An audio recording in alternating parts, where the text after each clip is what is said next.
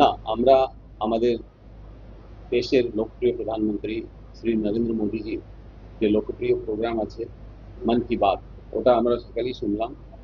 সব কর্মীগণ এর মধ্যে আমাদের সঙ্গেই ছিল এবং তারাও মোদীজি এত প্রেরণা সকলকে দিয়েছে কি কিভাবে মানুষের জীবনের মধ্যে পরিবর্তন আনা যেতে পারে, কিভাবে প্রত্যেকের জীবনের মধ্যে খুশি আনন্দ এইসব নিয়ে আসা যেতে পারে। উনি অনেক উদাহরণ দিয়ে এই জিনিসটা আমাদেরকে বুঝিয়েছেন।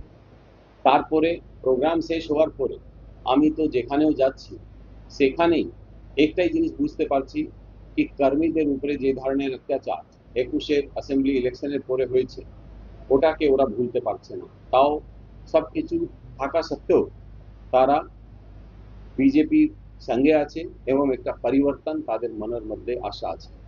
এই পরিবর্তনের ওনার যে ইচ্ছাকে নিয়েই আমাদের যে সং আছে, পরিবর্তন পাল্টানোর দরকার, চাই বিজেপি সরকার।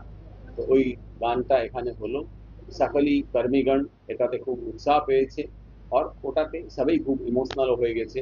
কারণ এই জিনিসটা তো দিকে দিকে বোঝা যাচ্ছে যে পাল্টানোর দরকার, চাই বিজেপি সরকার।